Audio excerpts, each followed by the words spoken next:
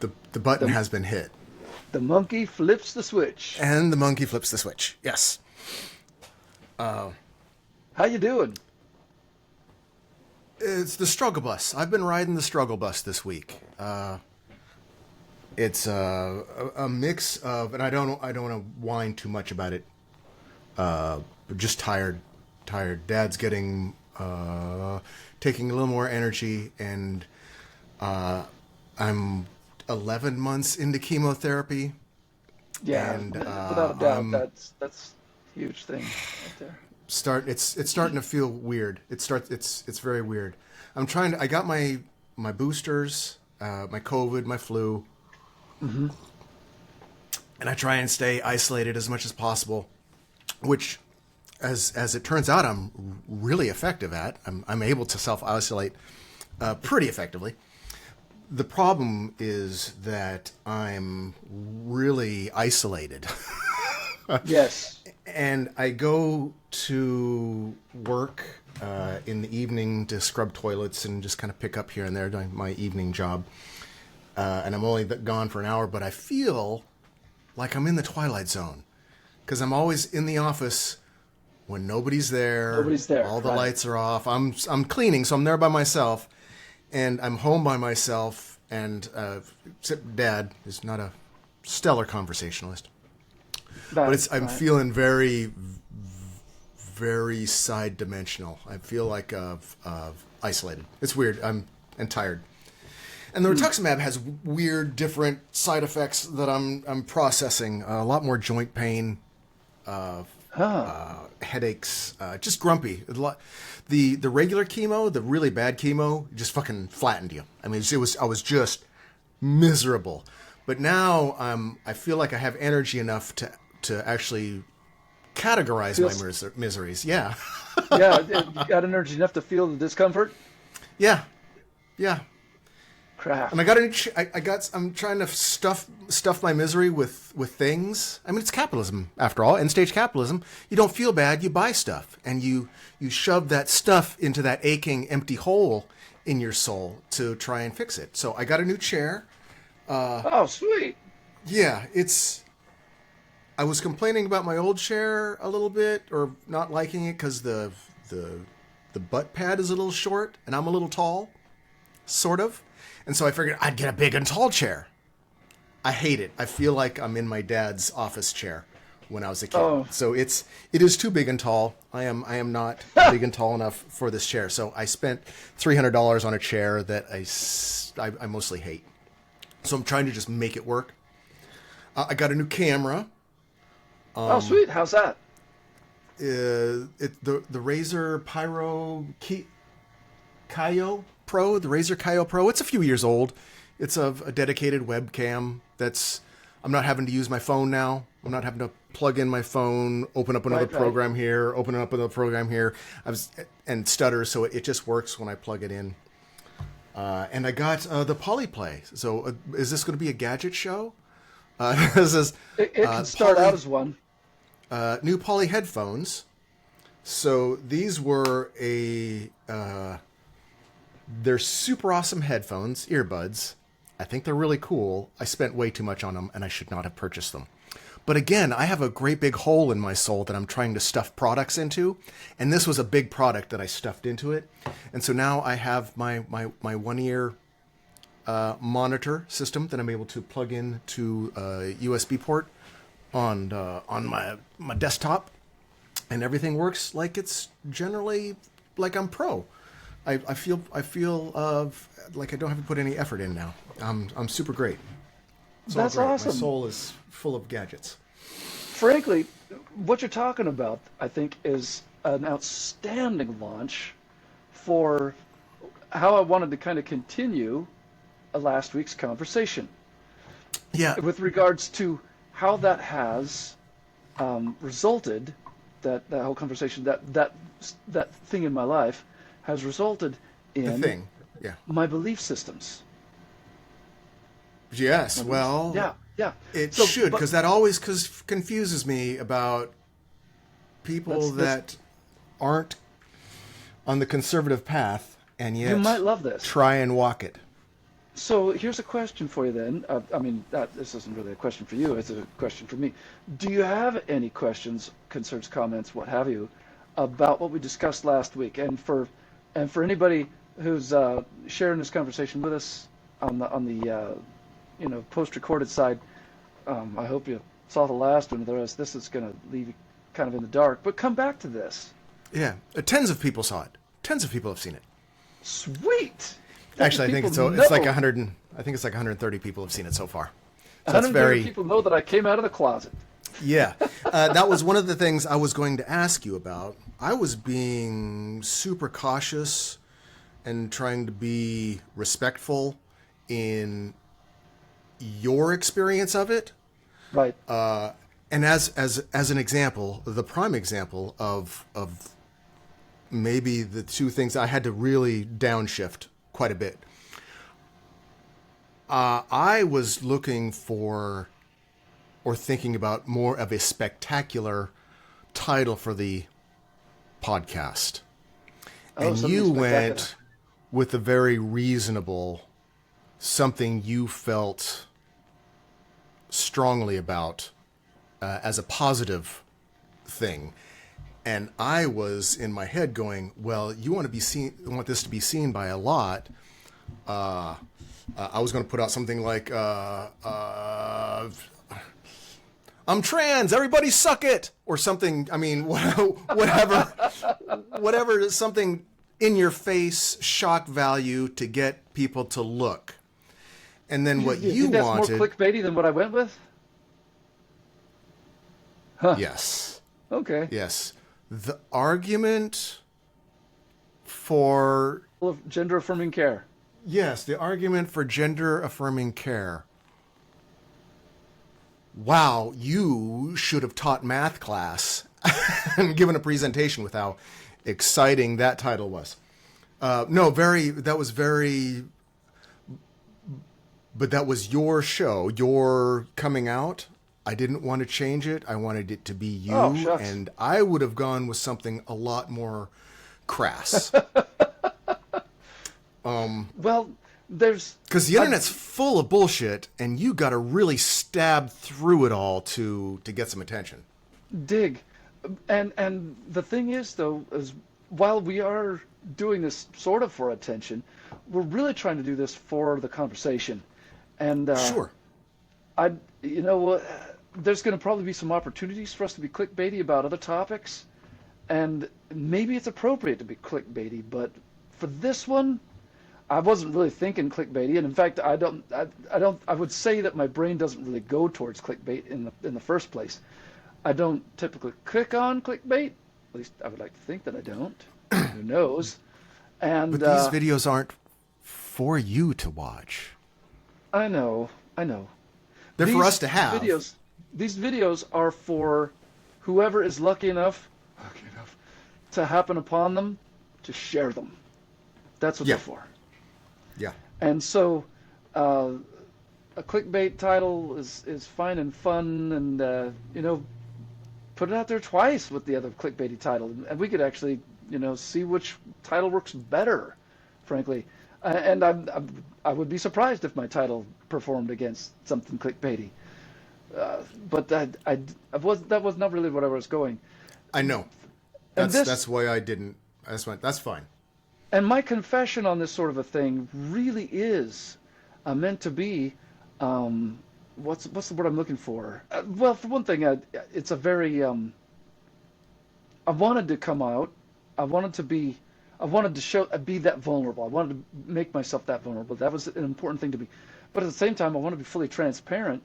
And I think it's also very valuable should any of this information get to the ears of parents who are concerned, worried, particularly the parents of school-aged children who are sending their children to schools where they worry about teachers saying there's a spectrum of genders and we've got to be respectful of every single one, day one of them, and one of these teachers who might come, or have a student come to them and say, I feel kind of funny in my own body and I don't know what's up, and have that teacher essentially crossed the line in a lot of respects, possibly even legally. So exposing their school and their school district to possible litigation from parents who either have a legitimate trans kid and don't understand, or don't have a legitimate trans kid. That shit happens. Oh, dang! I just did it. That stuff happens, and then has litigation with the school district. So I can totally dig the fine line that teachers have to walk with that regard. Even while I was saying in my own coming out story how if there had just been a single teacher who could have maybe seen the signs. And by saying that, I'm not suggesting that they should have taken me aside and said, okay, we're going to set you up with, hormones and testosterone blocker and what have you. Because which they don't do. I don't want to rain on. The conservative viewpoint is that underage kids get all this work done to them, and doctors are destroying children, and they don't even know that they're gay. That's not happening. The thing is there are enough detransition stories for me to know that actually is happening. It is a problem. And I'll go further for you if you want. Are there more detransition stories than there are suicides? I don't I'll take a detransition story over a suicide story every day. Every day. I don't know. I would probably suggest that both of those are equally tragic. Seriously. They're both bad. Yeah. There are going to be some extreme cases where parents are overly lenient and want to be more friends with their child and don't restrict them. I don't think anything should be done before 18, because I still didn't know what the hell I was until I was in my 20s. So it's not clear, all that. Precisely what you're talking about, that nothing should be done until 18, is exactly what I'm talking about. If you've got a situation where you can be reasonably, and by reasonably I mean like 99.9% sure that the child truly is transgendered, then you should by all means put that child on hormone blockers if they're a boy, and whatever the equivalent is for a girl. You should definitely do that at the age of 12 or wherever they go into puberty, because puberty was a close shave for me. Not in the shaving, I'm talking about in surviving, as in to not, turn into my unalive yourself. Yeah. Right. So, exactly. Yeah. So, and there would have been enormous hurdles to jump through on that. So I'm not saying that it would have even happened. The first thing that would have happened, and let's just go there for a second, because we can speculate a bit on my past. Let's say that I had had a super intuitive teacher that had recognized the signs, if there were even signs. My signs as a child, by the way, would have been A, very effeminate, B, threw tantrums all the time, and that's probably all that a teacher would have been able to go by. But if the teacher had me aside and what have you, and maybe even they didn't have that much to even guess or speculate on, maybe they were just so in touch with me that they were able to engender that much trust, that I trusted them that much, that even at that young age I could go, I don't know what's going on with me really. I have sisters that I feel like I relate to, and I have brothers that I don't feel like, and I might have some other confusions as well. Now, in that situation, obviously we're talking about a situation that never happened in real life, but would have only happened if the teacher had established with me that they were extremely able for me to trust them, that I could trust them. And I never had that teacher. I had a lot of teachers that I had crushes on. Yeah. I had a couple of teachers that I absolutely despised, and I'm talking grade school here, so 1 through 6. First grade teacher I loved. I wanted nothing for her, but for her to come sit on my lap, I was like, come over here, sit on my lap. I want to put my finger in your belly button. Deeper. Yeah. And second grade teacher, she hated me, I think, and I hated her. Third grade teacher was nothing doing. Fourth grade teacher was nothing doing. So there was never that situation. But if there had been, then the next thing that should occur when the teacher has that conversation with me is not to sit there and go to the school counselor, the school nurse, or anybody in the district and say, Okay, so, and of course we're talking about the mid 70s too, so this wasn't even an issue back in those days. That was completely off the radar. But if it had been today, then that teacher could go, oh, well, we got to get this kid on hormone blockers or testosterone blockers or whatever, start, or start affirming their real gender, all that crap. No, that is not the next step. What that teacher should do is go straight to my parents. Sorry, but that's how it is. And that's where they would encounter their first hurdle. Because if they really wanted to actually help me and had this idea in their head about what that help would look like affirming my gender, putting them on a testosterone blocker, if that is not what your parents would have done to help you. Bingo. My parents would have been like, you're out of your damn mind, and maybe we've got to take our student out of your class or your school. But if you would have been in deconversion torture chambers so fast, you would have been hung up in the back of a Mormon church somewhere, hosed down with ice water and whipped until you said that you were normal. Well, all the while being raped by priests trying to make you normal. Oh, well, that is possible. What you're laying out there is a fine line, because maybe in some situations there could be abuse, a situation where the child can't trust their own parents, and maybe what should occur at that point is the teacher should say, would you like for me to go to your parents about this, or are we going to just keep this between us? Because if we're going to just keep this between us, there's nothing more I can do for you. That's it. I'm not going to be that kind of teacher. Obviously, the teacher would be going. In fact, it's just straight up, just so much litigation. Right. What would have been good is if, like in Florida, if we didn't live in a state where they make it illegal to even mention that children can be gay, or talk about any other type of relationship other than it's illegal to talk about anything other than straight heterosexual relationships. But that's all good. They encourage that sex talk. It's everything else. So as long as they're being fair, as long as there's no bigotry there, I think I'm fine with that. But had you been in a class where it was normalized to just know that other people had other experiences other than yours, I think that would have gone a long way for you to even understand that there was other people like you. Was that an issue? Did you feel like you were a crazy person in Crazy Town doing crazy things in your head? Or did you feel like you knew who you were, it was appropriate, but you were scared because nobody else was... It would be weird. I've always been the nerdy one, and I've always known everybody was different than me. I've always felt alone. But I always felt comfortable in my disaster. This was my disaster, and you are like in an alien body to you. When you were growing up, you didn't even know what was appropriate because you weren't in a class. You had never been taught. There was no internet. See, now kids can at least go, I don't feel like I'm in the right body, and they're going to get a whole bunch of stuff coming up on Google that can help. I think gender, like you were saying, gender affirming conversations in class, or at the very least, not demonizing anything that isn't essentially straight, white, evangelical blinders. Anything other than that is bad.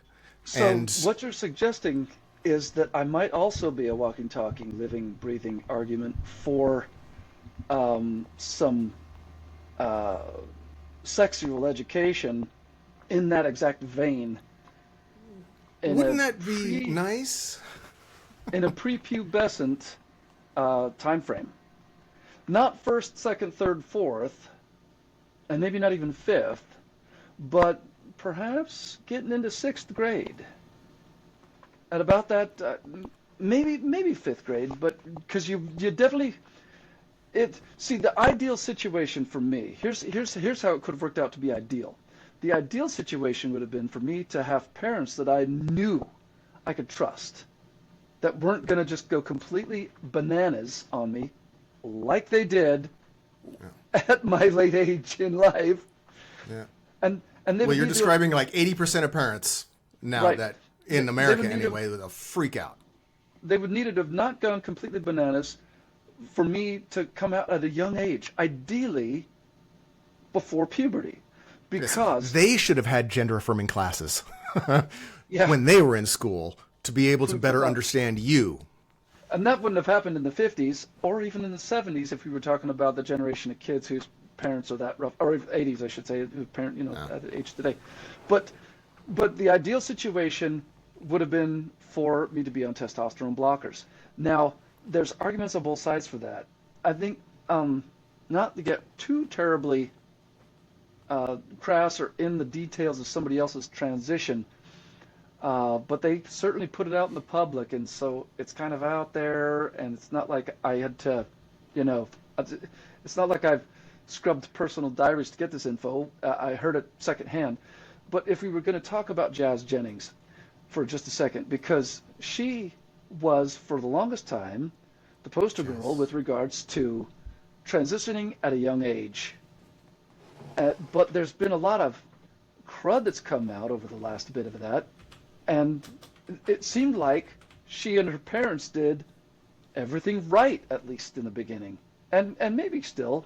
But essentially, what I'm referring to specifically in this case is one, early puberty blockers, which I believe I would have benefited from, maybe, and then later on the actual surgery, the operation, which I'm still on the fence about whether or not that's a good thing. I wish we were farther along in medical technology.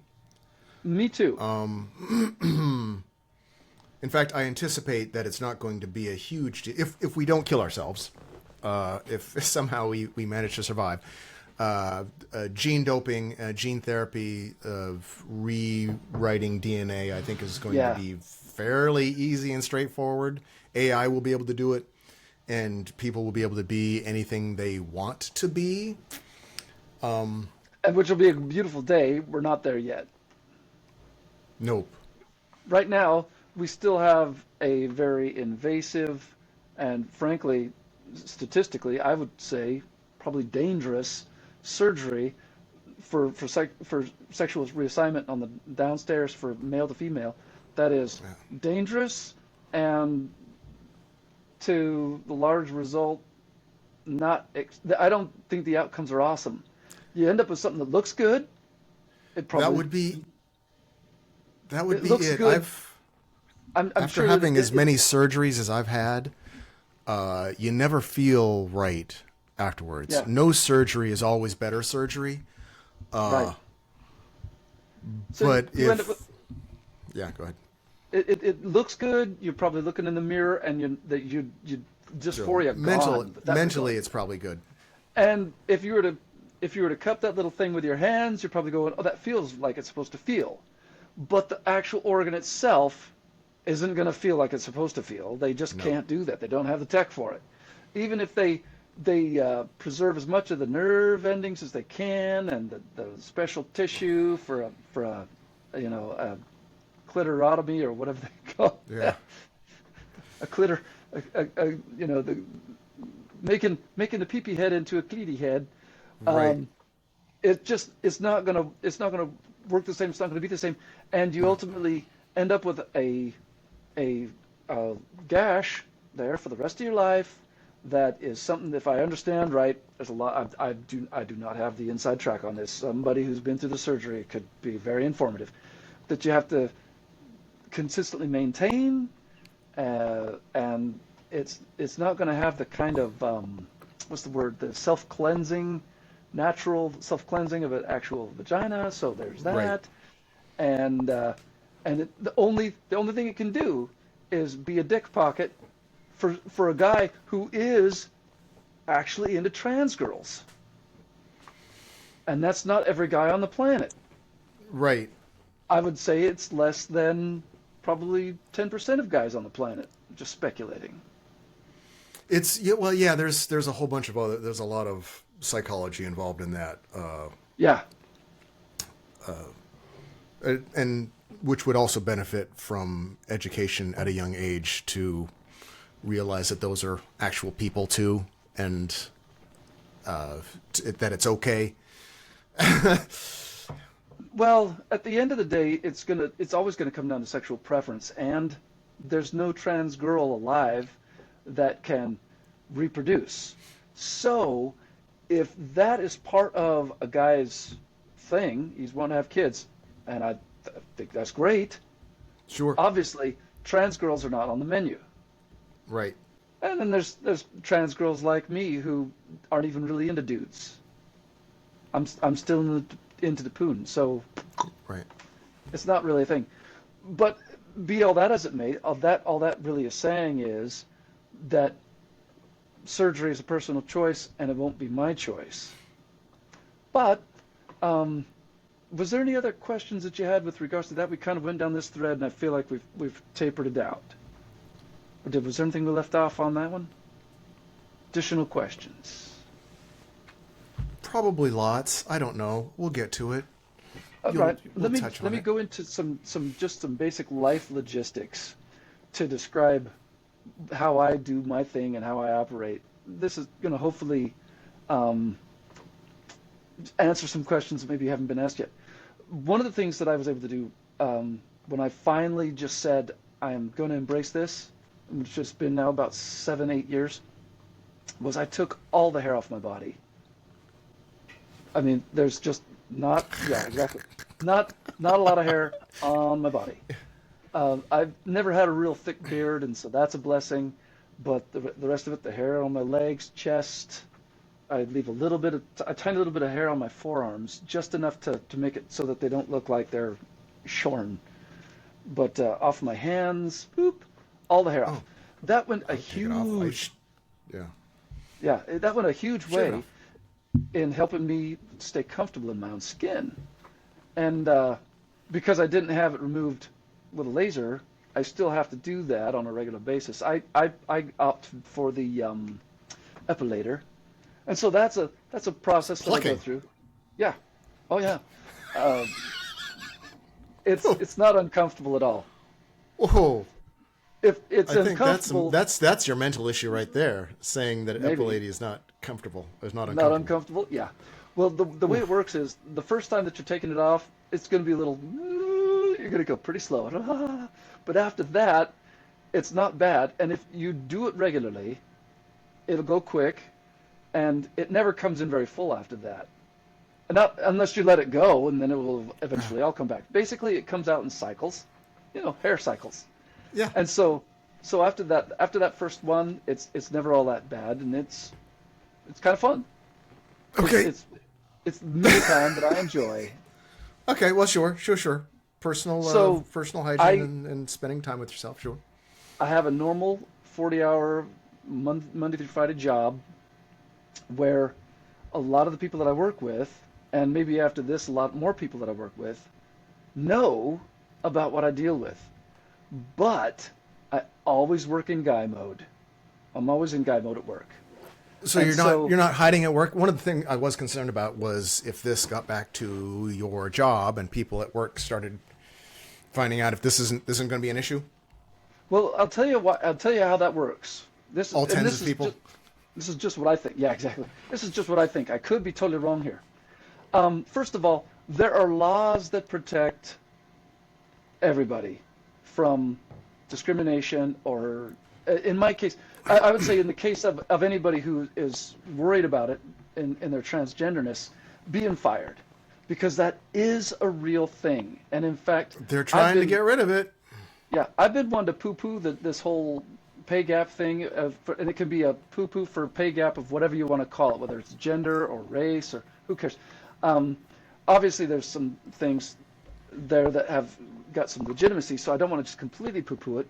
But I come back to saying, with regards to pay gap, just real briefly, the biggest pay gap there is for between the wealthy and the poor. Not having to do so much with money, but with having to do with workplace safety. And the pay gap, if we were going to say if there's a gender gap anywhere, it has to do with the number of people who die on the job. And that's definitely males that win that one. So if that helps explain any possible gender pay gap there might be, that's, out there. But if I was going to say there was any kind of a pay gap at all, there's a pay gap between people that are cisgendered and just perfectly fine in their own gender at a job. So that's going to be 99.9% of actual people out there, and people who are transgendered.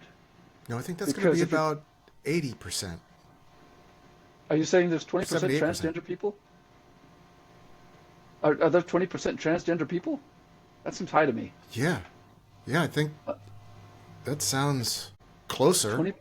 20% transgender? If it's that high, I really doubt if it is. But I'd be surprised to find out that it was high.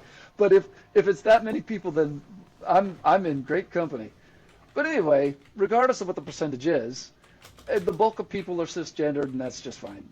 Somebody who is out, I'm talking about out, and trying to work in a job as their own gender. I'll give you the perfect example.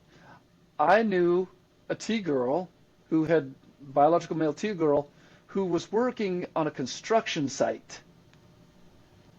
Now, I don't know exactly how that ended up, but if I was to just speculate on it, I'm going to guess that there was a point at which she left that job, regardless of how much she liked it or how much she was. Well, you could say that about any straight white cis male too. There's going to be a time when they leave that job. Yeah, but I'm going to. What about redheads? Pasty redheads? I promise you, I would leave that job before a trans person would.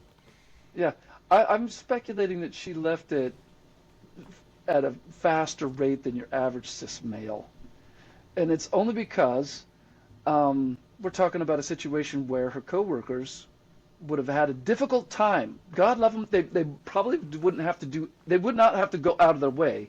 They would just have to be themselves to be uncomfortable by the presence of a trans girl. Yeah, well, fuck them.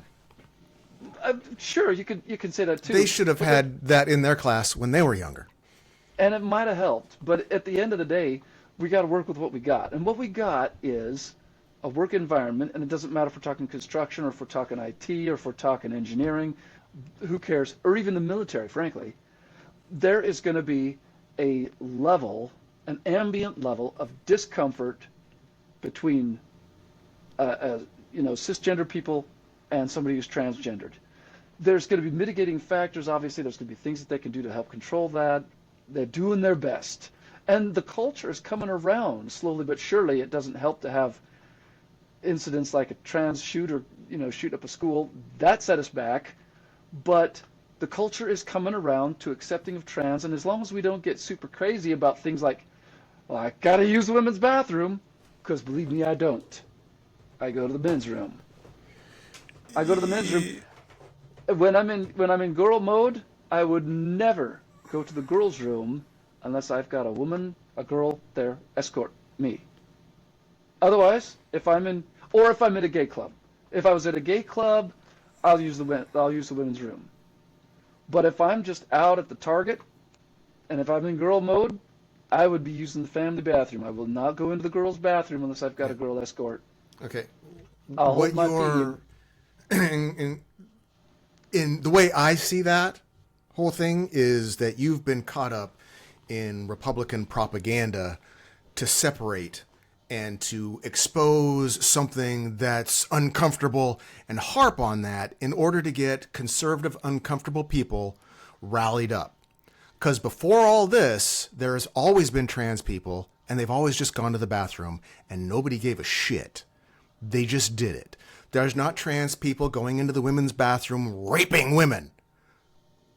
Men can do that right now if they want. If that's the thing, there's no bars. So all of this, all of what the issue with the bathroom is just made up propaganda that preachers and politicians want to use to scare the ignorant to vote for them because they say they're going to deal with a problem that never existed until just recently. People go to the bathroom. With any of that. Yeah, people go to the bathroom. Everybody goes to the bathroom. My larger point is just that I'm sensitive to the discomfort of others who make me out in public. I can see it, I can sense it, and it's palpable. And I don't want them to be uncomfortable. And that is the main reason why I spend the bulk of my life in guy mode, because I wasn't on testosterone blockers, and I ended up growing to be 6'2".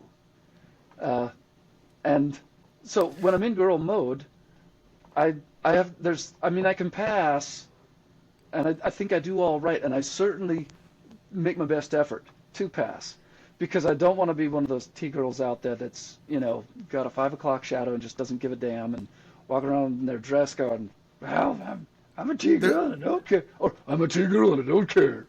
There's a lot of just girls that do that, so it's okay. There's a lot of women out there that have facial hairs, have low voices, dress like a bag, and don't give a damn. Right, but you can always make them as being what they are, and that's biological women. And I'll be the first to agree with you that there's some women who, because they don't just absolutely take total good care of themselves, or because they've aged poorly, which is sad, and I'm so sorry to have to say this. Or that they've just aged. Or you don't that. have to age poorly. It's not poorly. You don't have to always be fuckable at every age of your life to have value. This is where I get so frustrated with you getting caught up in this conservative, sexist, masculine mindset that we've been fed all of our lives. You don't have to be fuckable to be valuable. Right. That's not really where I was going. Where I was going with that is comfortable. If I'm out and about, and there's a lot of women that are fuckable that aren't comfortable. I'm talking about my own comfort first. Sure. I'll talk about my own comfort first. If I'm out and about and I see another T-girl who is not passing and is more or less just has the appearance of being a man in a dress, I'm not comfortable with her. I'm going, okay, I've got to stand a little bit away from that. And it doesn't matter if I'm girl mode or guy mode. I would still be like, okay, I don't want to be I don't want to be close to that. And that's just how that is. But I would be doing the same thing if I was looking at, say, for instance, somebody who is, for all intents and purposes, grandma aged, but who has not been paying attention and has got some whiskers and maybe, wart growing out of her nose. That old lady, I'm also going to be like going, unless I'm in a situation where I have to interact with them, I'm just going to be like, okay, that's not my scene. Yeah. I'm like that with most people, so it doesn't really matter what they look like. Exactly. I don't feel like I'm being terribly different. And it's not a question of me judging them or feeling like I'm better than them or anything like that. It's just straight up comfort level. And that's going to be your average cis person, male or female, it doesn't matter which, with regards to your average T-girl or, in a lot of cases, T-men, who I find T-men are kind of funny. They're a mixed bag when it comes to passing, because a lot of them really can pass well if you're okay with passing as an extremely short gay man.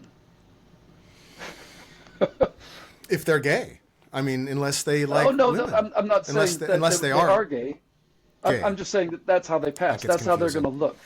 A T-man is going to look, most of the time, not always, there's solid exceptions, but most of them are going to pass as short gay men, whether they're gay or not. That's just how they're going to look. You're going to look at them and go, oh, that's a cute little gay boy right there. And then you're going to take a second look and go, oh, wait a minute, that's a T-man. If you make them, because sometimes you don't. Sometimes they'll pass just fine. They've got a beard and they don't. They're not this poor T-men that go out there who have transitioned and they grow the beard. They've got their testosterone. They've got their Adam's apple. They've got their beard. They grow it out, but they still wear makeup on their face. And they're going, you're not even trying. Or they're just from the 80s. They don't look I think like a lot of people. rockers. Yeah, I think a lot of people that have concern now just didn't really go through the 80s. I wore more makeup in the 80s than most women do today, so I guess I'm not the average. I'm weird, so. You are weird. Don't ever change. I don't get it. I think there's a lot of ado. I think a lot of this issue is made up for politics and to divide us, and for other people to go, look, there's a weirdo, look at him, while the person that's pointing has all the fingers pointed back at them while they have child porn on their computer and heads in the freezer. And I think all of this is the bullshit that we're worried about now, because especially like the hair thing, the hair thing was made up by razor corporations. We didn't all used to be so smoothly shorn. Women are primates too. I don't know how many people know that. We're all just monkeys. We're not like monkeys. We're not I get that. Cousins to monkeys. We are apes, essentially. Not monkeys. We're apes. We are apes, and we all have hair. And so everything else that we're doing physical to not be made or to pass or to... I try and pass as just human, and I don't think I make it every time. So it's... keep trying. I don't know if I want to. I'm not that concerned about being human anymore.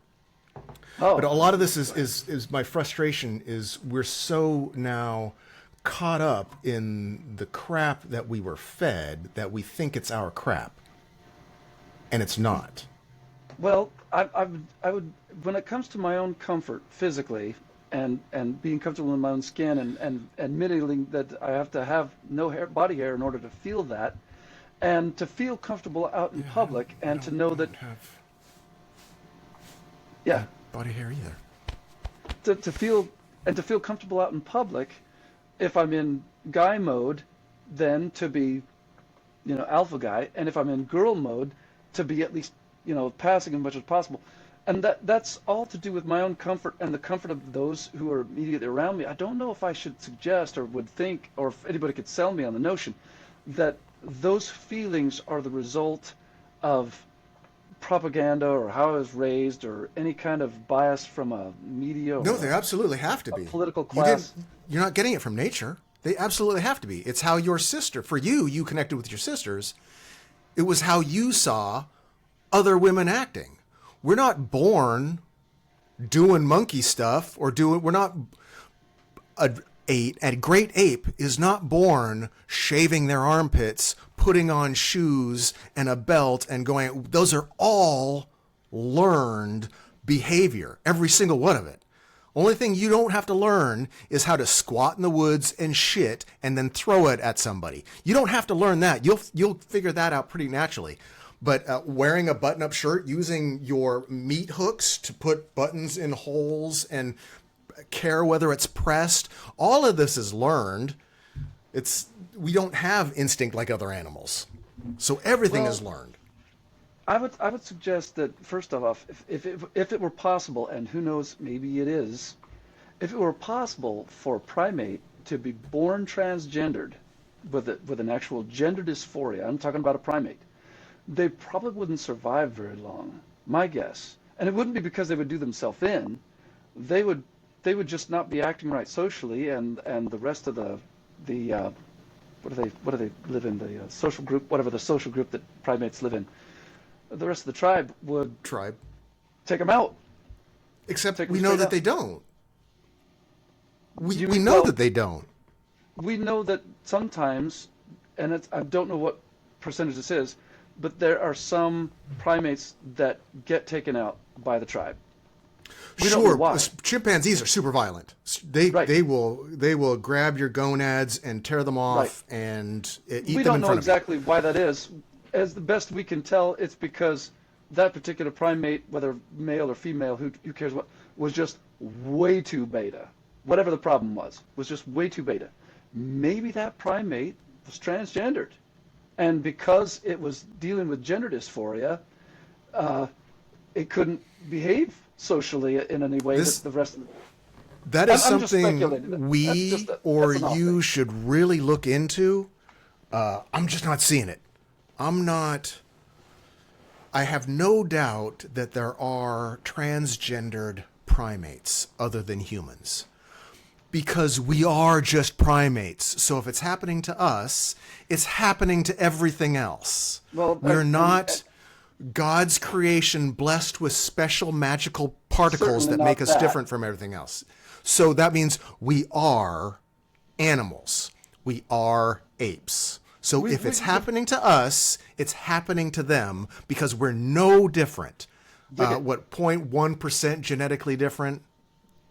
So it's going on, and I don't see them or I don't hear about them doing that. I don't hear them. I hear them ostracizing other primates that do something wrong or try and steal their mate. Usually if you're trying to sneak some tail from the silverback and behind the silverback's back, that's what gets you got. A beta male, I also don't buy into this whole alpha beta crap. That's also bullshit propaganda. Well, no, I'm just talking about from a straight up social hierarchy point, because that it's irrefutable in as far as primates goes. Primates do love a social hierarchy. Primates do love a hierarchy. Yeah. We do love our hierarchies. Anyway, but I think most of it's crap. But I'm sorry. Go ahead. We'll just review real quick what it really is, at least for me. And again, I could use some social validation on this, but we'll review real quick what it is like to be transgendered, only for the purposes of remembering what it actually boils down to. First of all, I dream in female, and so what that really translates to is that, one, my sleep time is the most awesome time. That my sleep time, literally my dreams, are the only time when the world actually makes sense to me. That's fucked up. Oh damn it, I did it again. Oh damn it. Sorry. Dreams are the only time when the world makes sense to me. When I am awake, I'm then dysphoric, and so what occurs there is, this is literally true, and it's screwed up, and I don't think there's talk therapy or even medication that could help this, and we'll get to the medication in a minute.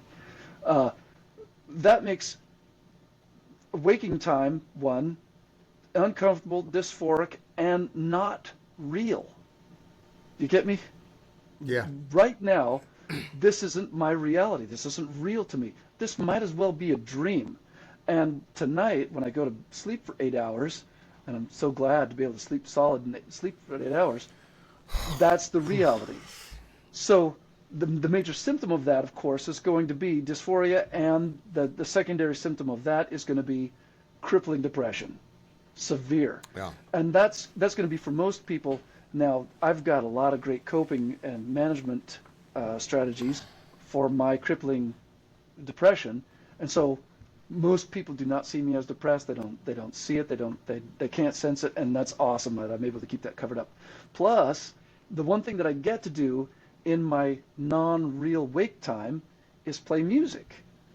And that's also a very transcendent, it's a transcendent activity for me.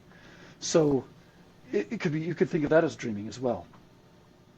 So there's the life of a transgender right there, at least for me. You know, sleep time is real, wake time is fake, and dysphoria and depression. Now, here's the thing that's important. This was one of the most key takeaways.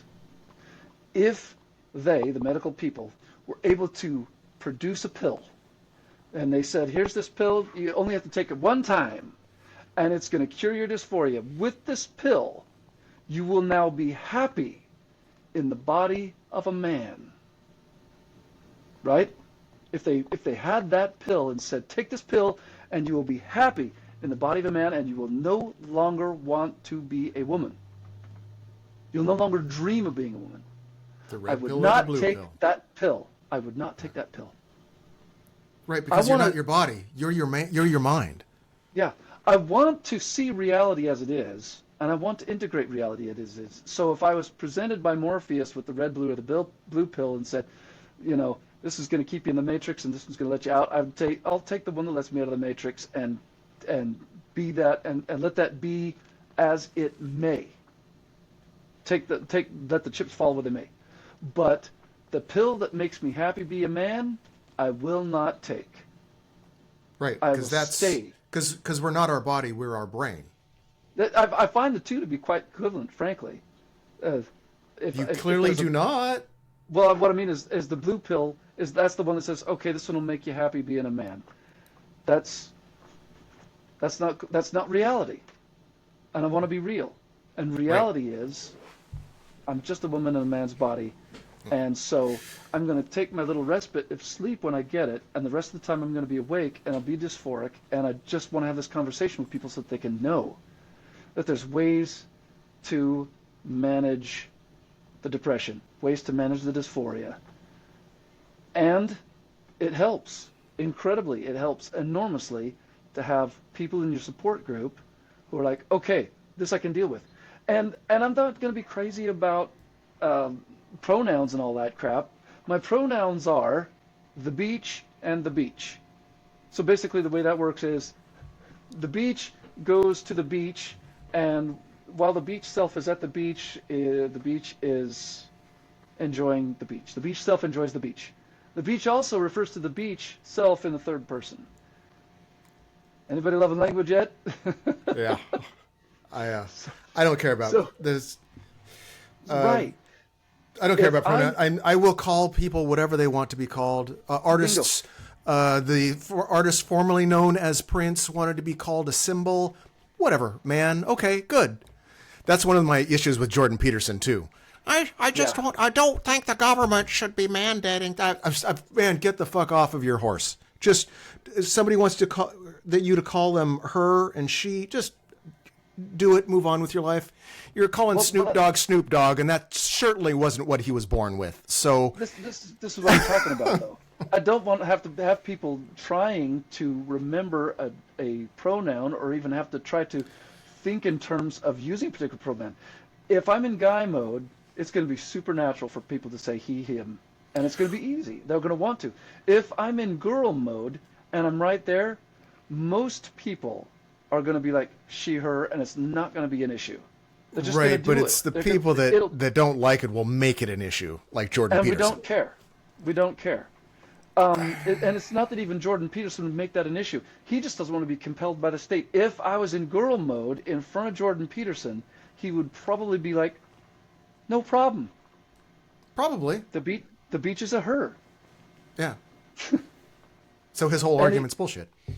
Right. Well, again, right. he just doesn't want to be compelled by the state to use. Well, he was born into the wrong reality. Sorry. I don't want the state to compel somebody to use my right pronoun. If I'm in girl mode and somebody insists on going he, him, I'm just gonna be like, okay, fine. I guess I didn't pass well enough. Yeah. I did. I don't know if you read the description of the last video. I worked way too long on not referring to you as anything, and I wrote several sentences. And I don't know if you know how hard it is not to put he was doing this or she said this about. It's like when you're talking, pronouns are super important. Try not using them. Just fucking try not using them. I know it's difficult, which is why I don't want to compel that kind of a thing. I side with Jordan Peterson on that. I don't want to be compelled, and I'm just going to let people do their thing. And if their thing is to not be respectful of me, that's fine. I'm just going to have to, that just means I got to put distance between us. No problem there. And if their thing is to accidentally misgender me, I don't give a flying damn. But most of the time, if I'm passing well, they're not going to make a problem. And you and I both know we've both been misgendered in guy mode. When people look at us from the backside, they're like, hey, a lot of cat calls. A lot of cat calls when I had long hair. Although, I think I had a pretty nice ass, too. So I'm not going to... I'm going to forgive them for catcalling me. I'm just going to take it as a compliment. You sure have a fabulous ass. Thank you. I worked on it. Magnificent ass. Yeah, that was decades ago. That was a lot of squats ago. That was good knees ago. Those are the halcyon days. So with regards to the likes of Jordan Peterson and their ilk, here's one of the little issue that I love to contemplate, think about, and toss out. Because there's going to be people, and I think Ben Shapiro is probably the lead component of this, lead opponent, lead guy. He's the one that is most. He's the stink on the shit. He's the one that is what you're saying. Transgender people have a mental illness. Now, I'm not going to argue that I might have a mental illness, but I can now put into total words exactly what that mental illness is. The fact that I dream in a different gender. And that, for me, is enough to say, okay, you can call it a mental illness if you want, but that is what it is. Now, you want to try to come up with some talk therapy for that? Bring it on. If you want to try to invent a drug or a pill for that, I'm not so sure I'm game. But bring on the talk therapy, and because here's the bummer about talk therapy, because I'm also an evil freaking narcissist genius. Your average talk therapist can't get to me. I can make a talk therapist, I can make your average psychiatrist, psychologist question their own freaking reality in a 1-hour session. I will leave their room with them going. So only if you're in the room with one that has an agenda. Right. If you're not in a room with a therapist that has an agenda, you can just have a conversation. Or one that is religious. Right. That's the agenda. Bingo. That's the agenda. And that's where the in is. With a lot of them being religious, second, you just start introducing some of the philosophy and psychology and the notion behind whether God exists and how that can become a completely, what's the word I'm looking for? Controversial, not controversial, contradictory, self-contradictory concept and stuff. Mm-hmm. I can raise questions with them that I guarantee, unless they're just really, really, really into their religion. If they're just passively into their religion, I can raise questions with them that'll have them questioning their own reality and their own existence. Right. That's why I dismissed Jordan Peterson out of hand. Well, that's where I was going. So when we start to look at what exactly is listed in the DSM, whatever number 2 now, I think it's still the DSM-5, you can find that delusion is in there, and the delusion can basically be loosely, interpreted to incorporate certain things like believing in a sky daddy.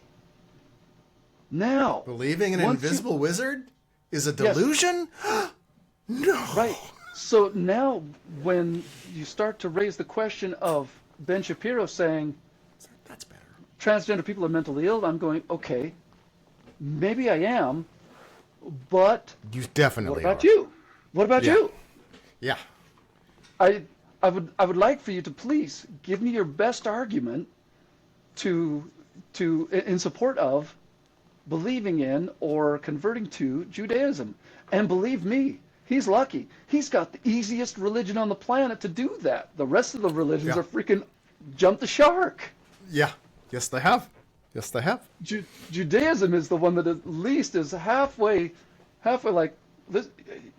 I'm still not going all I can take it. Especially there's plenty of Judaism. The real fundamental Judaism is still pretty much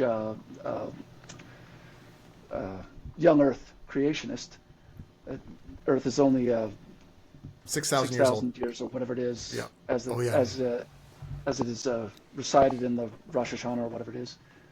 So obviously they've got that problem going for them, and I'm sorry, Ben, but please try to explain to me how I'm delusional while you are the sane one. And I'm open to that debate anytime you want, and you don't have to pay me $10,000. And that's a tough one. I mean, I admit that I'm coming off like a normal, like a huge bite there to chew, because Ben Shapiro is a tough negotiator. He's a tough debater. He's a master debater. He's a master debater. Yes, he is a master debater. He's a master debater.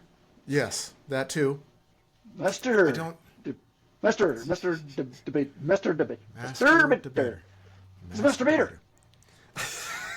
I don't want to make fun. I'm not trying to make fun of Ben Shapiro. I like Ben Shapiro. I think he's all right. I feel like he could be. I would love to just have a chat with him, and it doesn't have to be a debate, but I would like to have a chat with him and just tell him all this so that he can, with any luck at all, get a different idea and a different perspective and understanding about what it is that he believes he is arguing or railing against. And again, if his main problem is just that, well, I just don't want the transgender using the bathrooms, I'm like, okay, man, I'm going to talk to the rest of them. I'm going to see if we can get people on board with this, because we don't want to make you uncomfortable. No, the last thing we want is poor Ben Shapiro to be uncomfortable. That just breaks my heart. We should set our whole society on what does and does not make Master Shapiro queasy or uncomfortable or question his sexuality because he's being told that other people exist. I'm super. I know. Just being in the same room with him would make my skin crawl. Oh, come on. I don't know. I have zero respect for him, just like Peterson. Because folks. I have sympathy because their brain is broken and they're struggling against reality. Good. But they're saying the same thing about. But they're saying the same thing about you, and much like most conservatives or many conservatives, they're pointing at the weirdos, thinking that it's not obvious that they're talking about themselves. So I don't know why you listen to Ben Shapiro or Jordan Peterson. It's not that I listen to him. I don't listen to them. Because you do. The problem I have with them, and I'm going to accept a lot of it because just that the reality is that they exist, and we have to deal with them. But it's the same problem with religion, and break it down into like a math problem. You can be right. You can have the right answer accidentally, but you're still wrong because you got there the wrong way. Right. That used to make me absolutely crazy when I was in school, and I would get the right answer, and I would still get marked wrong because I didn't get there the right way. Because you've gotten there accidentally. Because I got there, but the older I get and the more I understand what they were talking about, the more I totally agree. Even if you get to the right answer, as a progressive, and you get the right answer, I'm going to go women's rights.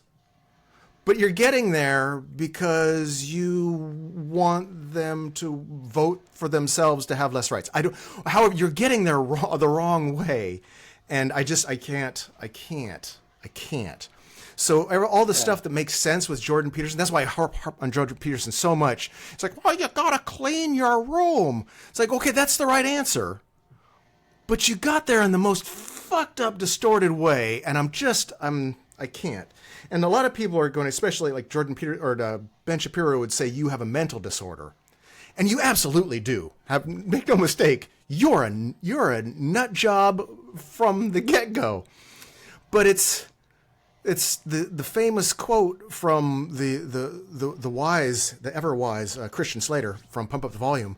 Just because you feel screwed up in a screwed up time and a screwed up place does not mean you're necessarily screwed up. It's your reaction to the crazy around you.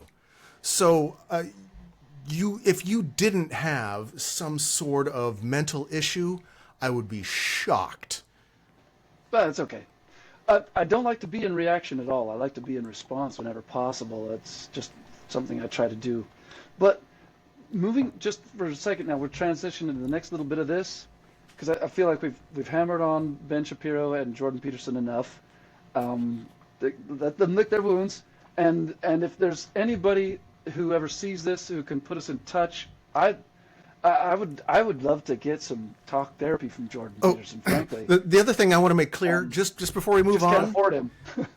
is just before we move on, I think they're both way smarter than I am. I think they both have a lot more information, but again, they have a base delusion where they've missed reality.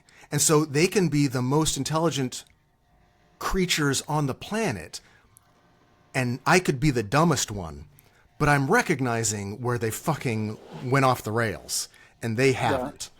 So in a debate, they will mop the floor with me. I have no doubt. They will talk rings around me.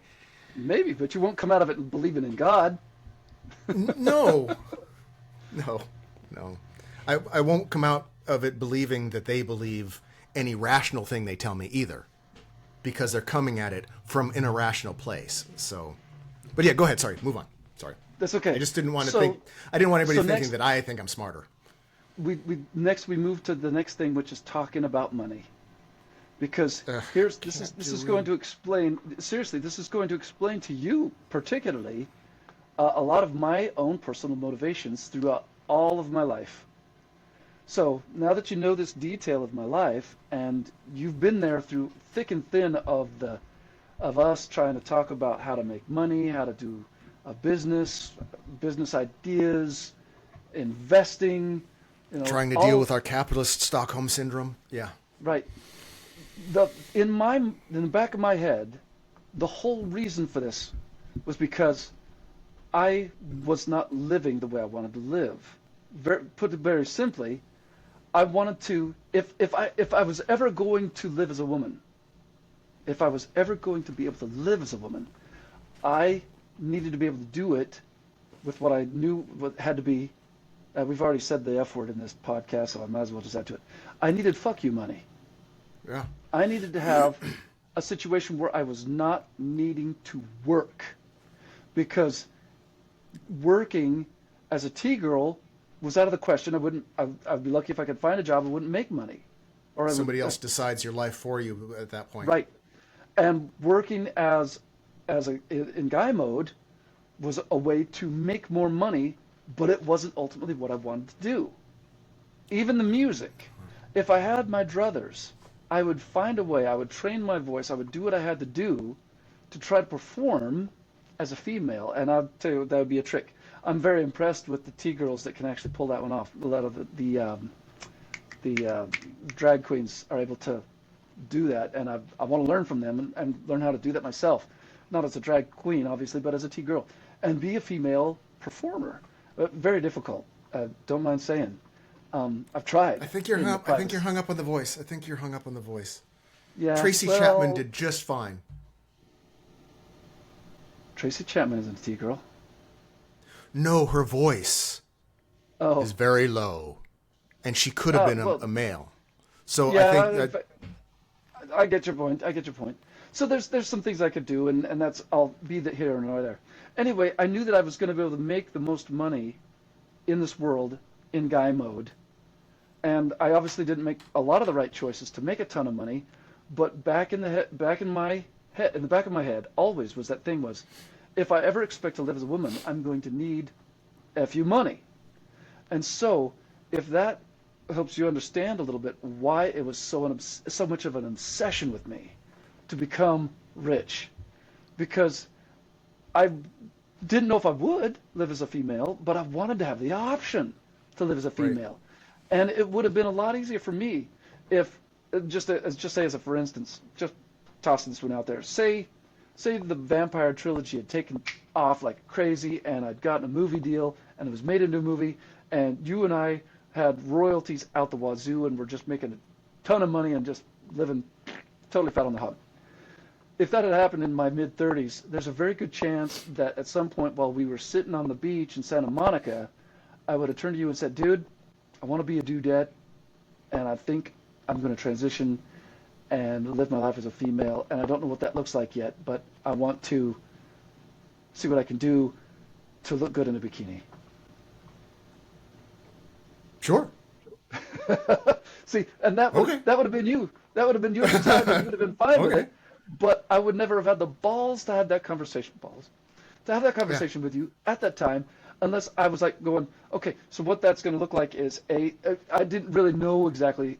I hadn't gone through some of the process, obviously, so I'd be looking, okay, so that's going to be hormone therapy, hormone replacement therapy, some body sculpting, probably tons of plastic surgery, which I'm still in the market for, by the way. I'm thinking about doing it. Probably $100,000 worth of surgery altogether, really. I mean, no exaggeration. And I would need to pay for that all myself. So you can see the need for the FU money. Yes. And then once you go to but all that's not that, a trans thing either. That's not a trans thing. it's a survival thing. It's a survival in capitalism. You either make money or the machine grinds you under its gears.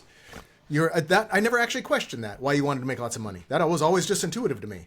I think I didn't understand that you had a more expensive agenda because you had a specific agenda. I didn't understand that, but don't you see how this is more of a fundamental underlying motivation than just wanting to not have to work? No. The big idea. See, not wanting to have to work, I was already there. I was back in those days. If we were talking about mid-30s and late 20s, mid-30s, I was already there. I wasn't working. I was playing music every night, and so I didn't have a day job. I lived life as a vacation. It was awesome. I loved it, but it wasn't enough money ever for me to consider for even a second the notion of living as a female. It was so not an option for me that I put it out of my head. Which is strange to me. It's almost that you like somehow got it into your head that performers aren't trans or aren't usually on it wasn't about some that. sort of farther spectrum. You got into the head that you couldn't, but that other people could. So that's weird to me. But it's not because of your parents and how you were raised and the propaganda that you absorbed. The performers that you're talking about, are people who had taken it to and the next level in terms of maybe several levels in the profession. I was making maybe $700 a week on the high side, and you're talking about people like Elton John or Prince, I'm guessing, who. Or others who had a few money. Sorry. No. I'm not talking about Elton John, Prince. I'm talking about just regular drag queens having a good time singing, playing on a stage, and doing their thing. I know you're not a drag queen, but you chose to be mainstream and stick with what the regular bands, what everybody else was doing, and not go into the alternative area. We were right in Baton Rouge. I mean, you knew that there were alternative. We were in California. There were alternative entertaining areas, and I don't know why you being trans, why you wouldn't have said, "Man, I'm already standing up on stage being weird," because it's weird. Being up on stage is weird. Why you wouldn't just? I makes my skin crawl. There's a differentiation in my own head about being trans, living life as a female, and being a drag queen. And I don't want to take anything away from what they do because I have total respect for it. But drag queen culture was something that I never identified with. Never. Right. Right. I never. But if you don't have to, it wasn't my comfort zone. I didn't want to go there. I didn't want to really look at them. To me, there was something uncomfortable about me. There was something uncomfortable with me. Comfortable. There was something uncomfortable about it. Right. I just didn't like it. Yeah, it was your father. It was your father's words it wouldn't have been buzzing that. in your head. It just wasn't what I identified with.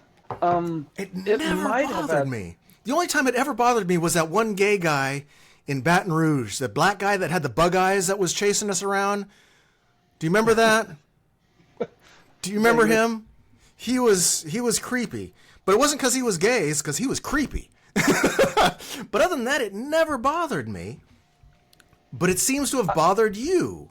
Well, I find which is weird. There's a comical motif to drag queenism that is very body. The comic, the jokes that they say and whatnot, that sort of thing. It's an exaggeration. Sure. Body, BAWDY comedy, and it's just not my cup of tea. I don't want to joke about that kind of stuff. I don't want to joke about my penis being strapped down. I don't want to joke about any of that. Because it was all kind of a stab in the side for you. It was. Exactly right. Because it wasn't fucking funny for you. Right. No, I get that. And the way I envisioned me living as a woman, I had an idea for it. I had this picture of it. And that picture involves, like I said, plastic surgery to feminize my face because testosterone ruined it. It involves having breast tissue. It involves having bigger butt and hips. Things that aren't really probably going to happen to any major degree without body modification. And that's surgery. And that's money. Right. And I just wasn't going to have some outfit in for that. I was going to pay for that. But it would require a few money. And I knew that once I ever took that kind of a step, surgery. Yeah, right. I don't want to really do the surgery, and so I haven't. I haven't done the breast surgery. I haven't done any kind of a surgery with that regard. But that's how I would want to make it look if I was going to. It would require that money. And so I'm still driven to get it. Yeah. Whether I use it for that or not remains to be seen. And as I get older, the more I've got more of a fuck it attitude because I'm going, well, I'm going to die at some point, and I have to be faced with this notion, right? Half of my family doesn't really accept this, but do I want to be buried in guy mode? That's a question. Do I want to be buried in guy mode? Part of me says, well, you're going to be dead, so you won't give a damn. The choice you've made... Who cares? Yeah. Yeah. Every choice you've made so far says yes. But I can tell you how I will answer that question. I actually won't be buried at all. I might have a headstone somewhere, or a memorial thing that has my male name on it, and that's fine. I don't give a damn about that. Yeah. That's for the family anyway. That's not for me. I'll be donating my body to science. You won't be here for that. Yeah. I'm not worried about my body. I won't. My body's going to be donated to science, and so I won't give a damn. And with any luck at all, some super awesome scientist will be able to examine my body and get one step closer to figuring out what causes transgenderism. Life. It's not abnormal. I don't think it's abnormal. 5%, by the way, in case you're wondering. Oh, is it 5? 5% identify as transgender. It doesn't matter specifically. All that. I'm just saying. Always circular in my head when I'm awake. Obviously, I don't have this thought when I'm asleep. Obviously, but when I'm awake, nagging in the back of my head is, why was I born in this body? I should have been born in the other body. Never in my head am I thinking, why was I born disliking this body or feeling dysphoric about this body? Why wasn't I born with the brain of a guy? I don't think that. That does not cross my head. Always, why this body? Now, to be totally fair, I know that there are women out there. This is where we get into that really delightful gender spectrum that some people don't like to talk about or some people don't like to acknowledge, but is there. Some women are born with hirsutism, where they grow facial hair, face all over their body. Hair all over their body. Yep, they got face all over their body. Yes, we've known one of those girls, and she was a delightful girl, and I was sad when she died. Yeah. Very sad. I remember. Some girls are born without the ability to reproduce, with no medical intervention. Obviously, some medical interventions can break that mechanism in women, and that's terrible. I hate that when that happens. But some women aren't born with it. They're born infertile. That sucks. Some women, as they age, particularly as they get on the other side of puberty, might have broader shoulders, the shoulders of a guy. A lot of times they're busty, and when they're not busty, that's even sadder than just having shoulders with no tits. But then they have no ass at all. That's a very sad syndrome. I feel horrible for those women. But they are women. They've got the right plumbing. They've got what I don't have. They've got, the ability to have a female orgasm. They have the only thing that you can't have. Right, exactly right. Is the problem. Yeah. That's the only thing. Everything else you can do. Yeah, exactly. So, other than having children. Everything else is, I should say, everything else is construct. Right. Yes. So, I can sort of identify with those particular women because, to a certain degree, we have a lot in common. Except for that for whatever reason, God saw fit to take mine a step further and put a swing on it. And there's some of those girls with elongated clitoris. That is also, I mean, at what point did it? I mean, they got dangerously close to being like me. Bless them. God love them. I'm and so glad some do it on purpose because they're taking hormones. Or that. So there's that as well. So there is this enormous spectrum out there, and it's a thing that needs to be acknowledged, and I'm on it there in that regard. But as far as the gender binary goes, personally me, I know other people feel differently about it, and they're allowed to. I know I'm on the far end of it. I'm on the female end. That's where my head is. It's just my body doesn't agree. So anyway, hopefully this has been able to answer a lot of questions with regards to what it's like, how you can tell, what parents might like to do if they're faced with this in their child, what Ben Shapiro and Jordan Peterson can do with their ideas, which is basically come talk to me about them. Stick it right up their ass. No, they just need to bring their eyes. They need to bring their ideas to me. Or generate a lot of views talking to Musical Zeus and having arguments online, and we will try and milk that forever. I want to talk to Jordan Peterson and let him try to straighten me out. I want to talk to Jordan Peterson and have him straighten me out. I would like to have Ben Shapiro try to straighten me out, and I'll talk to Ben Shapiro and straighten him out. And at the end of it, at the end of our conversations, everybody would have a deeper understanding about what's going on. I promise you.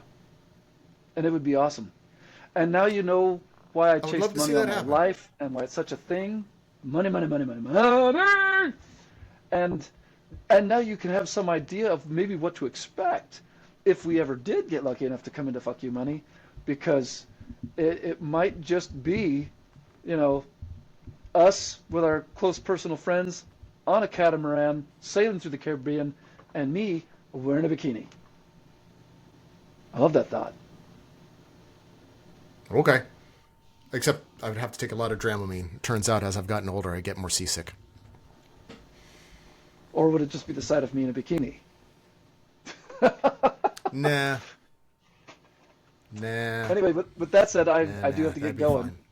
For one thing, I got to empty my squirrel bladder. I'm getting to the point where it's at such critical mass, I can't really think straight anymore, and that's why I'm starting to talk about girls with their face all over their body. Yeah. I can hear Dad in the other room mangling a cigarette by just mashing it into his lighter and not being able to light it. That's no way to get satisfaction. So,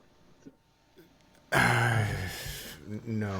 I don't know what we're going to talk about next. I would like to talk about something different. I know, right? The podcast is done. We've talked about everything on the planet. We're all done. I've got a ton of ideas. Okay, good. Because I'm super low energy. I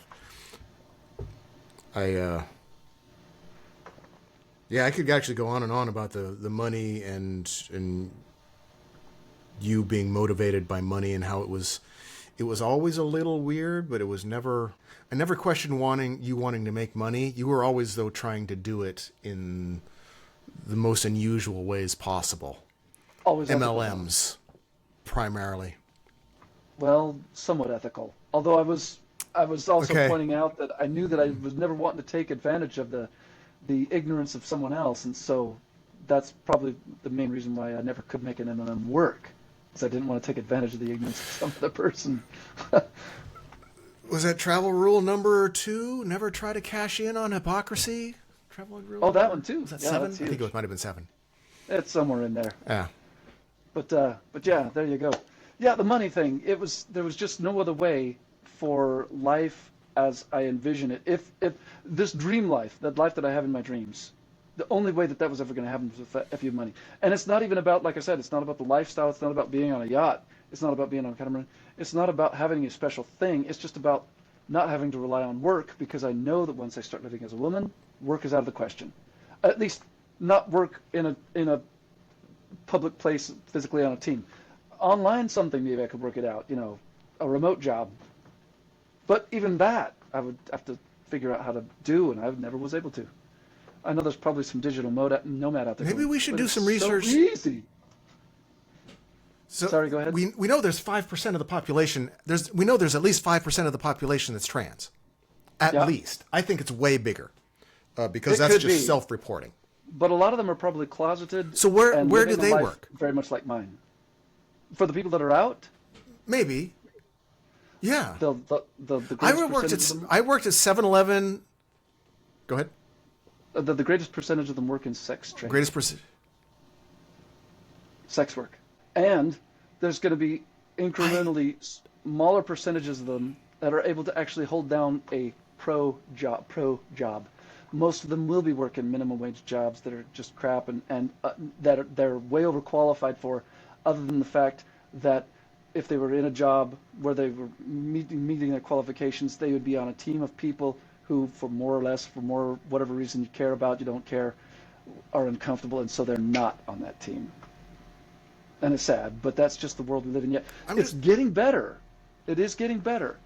And who knows, maybe we're almost there. I don't know. I just remember when I was working at 7-Eleven. Yeah, I worked at 7-Eleven for a few years. And McDonald's and the fast working. I was the grunt. And I had a lot of trans clients, a lot of gay clients. They would just come in and hang out. A lot of the strippers, because I work graveyard too, a lot of the strippers would come in and just hang out. That's basically sexual. I remember, I think it might have been, well, strippers, the trans weren't strippers. I remember a lot of the people at the mall were either gay or trans. You're also talking about Portland Metro. I did grow up in Oregon. It's this, okay. Portland Metro. So that's a whole different planet. I'm going to again suggest we live in the wrong state. I'd like to go back to P-Town. I miss P-Town. I miss P-Town too. Humanity being normal. I miss P-Town too. Humanity and all its weirdness is just normal because it's normal. I miss that. Yeah. But I wasn't gonna get a job at Meyer and Frank in girl mode. I just don't think it would happen. Oh, I think you probably could. Maybe today, but even if I was able to get that job today, how much is that going to pay? I'm not going to be making $60,000 a year. That's true. I remember there was a guy, and I don't know if he was gay or trans, but he worked in the suit wedding dress shop in the mall. He sold wedding gowns and suits for the groom and dress clothes, and he always wore a wedding dress and heels. But again, that might have just been Portland. I think that's why I miss Portland. I felt there's not too many towns like Portland. She was a jewel. She was a gem in her own way, and a beautiful town. And I feel. I could be wrong here. I hope I'm wrong, but I've got a feeling that if we were to move back to P-Town today, there's a lot about the town that we wouldn't recognize, and there's probably a lot about the town that would bug the crap out of us, both of us, for different reasons. I'm not a huge fan of probably less Nazis. Well, see, I'm not a huge fan of Nazis, so you got to pick one. Do you want anti-Nazis or Nazis? And I think that's a conversation we need to have for another podcast. Okay. Because Antifa is the American military, in case you're wondering. Anti-fascism. That is Antifa. Anti-fascism. So if you don't like Antifa, and I'm not saying you're either on board or with us or against us, but it does suggest when you're saying, I don't like Antifa, it does beg the question, so are you more a Nazi then? Yeah. Well, because those are the two. They are extremes. The short answer is, what I'm really against is people who want to talk like they are protesting or just demonstrating or being activists, who are also getting violent. I don't want the violence. So I don't care if you're coming from Antifa or if you're coming from Proud Boys or Patriot Prayer or any of them. If you're getting violent, that's where it needs to stop. Now, and I don't think I'm too far off of the sentiment there of help me out with that. He's our buddy from Portland. He's our Asian, gay. Tom Peterson. No.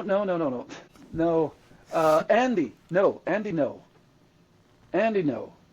He's seen the violence up close and personal and been the victim of it from Antifa. So when Antifa says we're Antifa, I'm thinking, well, anti-fascist is as anti-fascist does.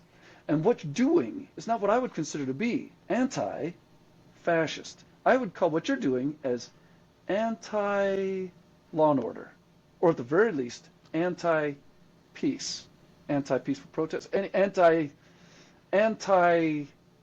Sure.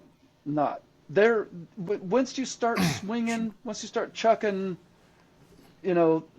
projectiles, you've crossed the line, and that's just not good. And that's not the worst of what they've done. So, I mean, Andy No should never have had. I generally have to agree. I generally have to agree. Good. Yeah. The nonviolence. Yeah. Generally, the only statement I would make that I would argue against is, gosh, I'm sure glad law and order respects peaceful protesters enough to change the rules of the game. Because that's all we have to do then is just complain a little bit, and those with all the power will go, oh, gosh, I didn't realize you were unhappy and I'm going to change. I just don't see where that's ever worked. No, I get it. You can see the difficult line that an organized government, whether you're talking about on the municipal level, county, state, or federal level, the difficult line that they have to walk with regards to allowing people to protest and putting up with people who cross that line a little bit. And here's a perfect example of crossing the line little bit. Stopping traffic in the middle of the street. Here's Joe, who cares what his name is, just wanting to get to work or just trying to get to the store, just trying to get somewhere, who cares where, maybe it's somewhere important even, who now can't get there because people have stopped him in his car and surrounded him. And while they've done that now, they're yelling at him and being generally aggressive. And this is not a hypothetical situation. This has happened. There's news footage of this kind of stuff. And no, I see it. I watch it. So that's I'm not aware. Cool, man. That's not cool, man. That's right. But see, then that you get to the point where, stand, man. Yeah. Good luck with that. And right. Again, that's what I say. All the news that's generated by protesters quietly complaining on the side of the road always gets lots of news and lots of publicity, right? No. It's when they make a stink that they get the publicity. So I get it. That's saying that the system and mass media and the government, the dynamics there are just a little bit upside down that allow for an outfit. No, the French, I think they did something like that with the French Revolution. I remember the French revolutionaries stopping traffic and blowing stuff up and murdering people. In fact, fascists, I remember them attacking fascists. They were Antifa. You're talking about the fascists that were attacking? Or? The protesters. The protesters in Paris. that were attacking the bourgeoisie.